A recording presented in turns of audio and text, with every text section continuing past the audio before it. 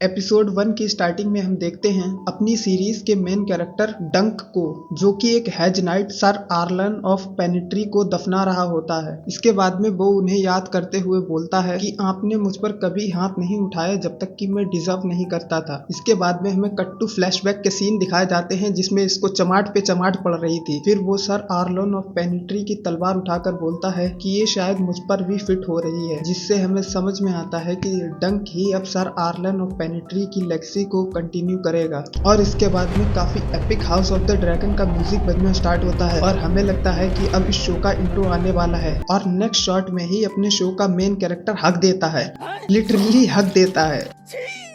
इसके बाद में वो अपना किया कराए समेटने के बाद एशफर्ड मीडो की तरफ निकल जाता है और रास्ते में वो एक जगह खाना खाने के लिए रुकता है और वहीं उसे एक छोटा टकलू लड़का मिलता है जिसको डंक वहां का स्टेबल बॉय समझकर उससे बोलता है कि क्या वो उसके घोड़ों का ध्यान रखेगा, जिसमें वो लड़का जवाब देता है कि अगर मैं चाहूँ तो कर सकता हूँ। इसके बाद में वो अंदर जाता है खाने के लिए, जहाँ पे उसे एक ड्रंक आदमी मिलता है जो उससे कहता है कि मैंने तुम्हें अपने सपने में देखा था और तुम मुझसे दूर ही रहना। फिर वो वहाँ पर एक क्वाइन देके चला जाता है और यहाँ पे ये बंदा जो ड्रीम की बात कर रहा था वो आगे चलकर काफी इम्पोर्टेंट होने वाला है, क्योंकि हम जानते हैं कि इस यूनिवर्स में टारगेरियंस को ड्रैगन्स ड्रीम आते हैं जो कि आगे चलकर सच भी हो सकते हैं। और इसके बाद में एपिसोड में हमें दिखाया जाता है कि जब डंक अपना खाना पीना करके वापस अपने घोड़ों के पास आता है तो वहाँ पर वही छोटा लड़का उसके घोड़े के ऊपर बैठकर खेल रहा होता है, जिसको डंक डांट कर नीचे उतरने को बोलता है। फिर वो लड़का डंक से पूछता है क्या वो टूर्नामेंट में जा रहा है, जिसके जवाब में डंक हाँ बोलता है। फिर वो लड़का डंक को उसे भी उसके साथ ले जाने को बोलता है, पर डंक उसे मना करके वहां से चला जाता है। इसके बाद में डंक एशफर्ड पहुंचता है, वहां पर वो अंदर जाके प्लम्बर से मिलता है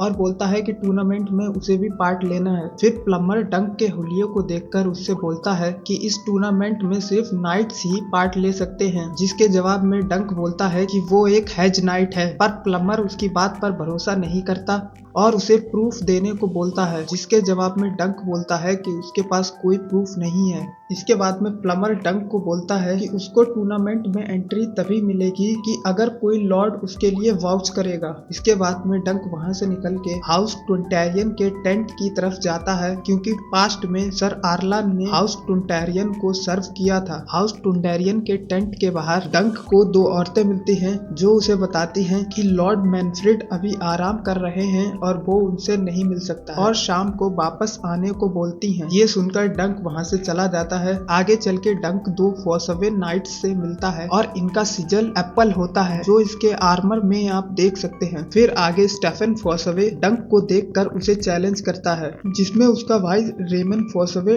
डंक को ही मोटिवेट करते हुए बोलता है कि सर आप इसको दिखा दो कि आप किसी से नहीं डरते। बट ऑब्वियसली इसके जवाब में डंक उसे मना कर देता है और वहां से जाने लगता है और आगे चलकर एक पपेट शो देखता है, जहां पर एक डॉर्निश वुमेन ड्रैगन के पपेट के साथ पपेट शो दिखा रही होती है, जिसमें डंक का ध्यान उस पपेट शो पर कम और उसे दिखाने वाली उस लड़की पर ज्यादा होता है। फिर वहां से बाहर निकल के डंक जा ही रहा होता है कि फिर उसे फिर से रेमन फोसवे मिलता है जो उसे बराथियंस के टेंट में ले जाता है, जहां पर डंक लाइनल बराथियन से मिलता है AKA लाफिंग स्टॉक, जिसमें लाइनल बराथियन डंक से मजाक करता है और उससे पूछता है कि तुम यहाँ खाली हाथ क्यों आए हो, क्या मुझे मारना तो नहीं चाहते। जिसके जवाब में डंक बोलता है कि वो यहाँ सिर्फ खाने के लिए आया है। ये जवाब सुनकर लाइनल बराथियन भी हंस देता है और अपने साथियों से बोलता है कि ये सही तो बोल रहा है। इसके बाद में हमें दिखाया जाता है कि डंक और लाइनल बराथियन साथ में काफी डांस करते हैं और उनके बीच में काफी अच्छी फ्रेंडशिप डेवलप हो जाती है। इतनी अच्छी फ्रेंडशिप की अगले ही सीन में हमें दिखाया जाता है